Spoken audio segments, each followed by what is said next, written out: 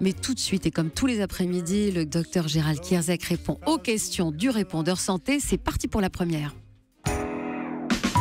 Bonjour docteur, oui, je suis Odile de Cergy, dans le Val d'Oise. Je voulais savoir, vous parliez des taches blanches. Moi, cette année, depuis 2 ans, là, je bronze de manière non uniforme. Donc, on a l'impression que j'ai le bras sale un peu. Et je voulais savoir s'il fallait s'en préoccuper ou pas.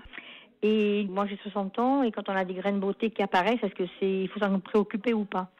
Voilà, je vous remercie. Au revoir docteur.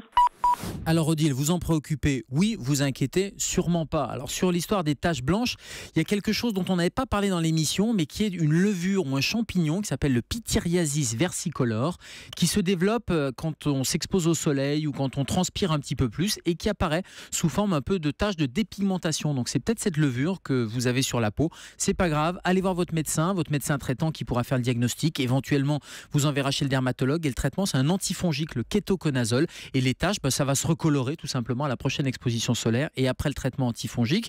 Et puis sur les grains de beauté, c'est bien de les montrer comme on l'avait dit, de les montrer régulièrement, notamment s'il y a des taches ou des grains de beauté qui apparaissent, qui se modifient, qui changent de couleur. Donc n'hésitez pas, là aussi vous le montrez à votre médecin et à un dermato. La deuxième question du répondeur santé. Oui, bonjour docteur, je me prénomme Mireille, je vous appelle de Soupe en Seine-et-Marne.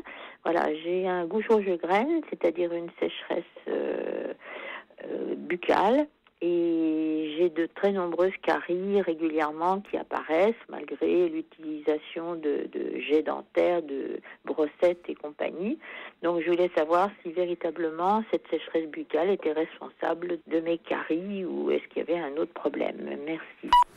Alors oui Mireille, la sécheresse buccale et en plus qui est intégrée dans un syndrome de Gougerot-Schwegren, c'est difficile à prononcer, c'est-à-dire une sécheresse un peu globale, sécheresse oculaire probablement, et puis c'est les muqueuses qui sont un peu asséchées. Forcément sécheresse buccale, mais ça Gougerot ou pas, ça donne des caries. Pourquoi? Parce que la salive c'est une protection naturelle, c'est une protection des dents, c'est une protection des gencives, il y a plein de choses dans la salive, il y a de l'eau, il y a des protéines, il y a des sels minéraux et c'est important pour lubrifier et c'est aussi important pour ce qu'on appelle tamponner l'acidité, c'est-à-dire ça va apporter quelque chose de basique à un milieu qui peut être acide.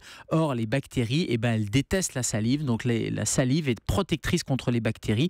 Et les bactéries, on sait que c'est une maladie infectieuse. Les caries, c'est des bactéries qui se développent. Donc, si on a moins de salive, on a plus de bactéries. Donc, c'est important. Et si j'avais 2 verbes à vous donner, c'est saliver et mastiquer. Alors, saliver, pour vous, c'est un peu plus difficile, Mireille. Mais il y a des petits trucs. Il y a la possibilité de prendre du chewing-gum. Ça fait mastiquer, ça fait produire de la salive. Et ça, c'est très bon et ça évite les caries.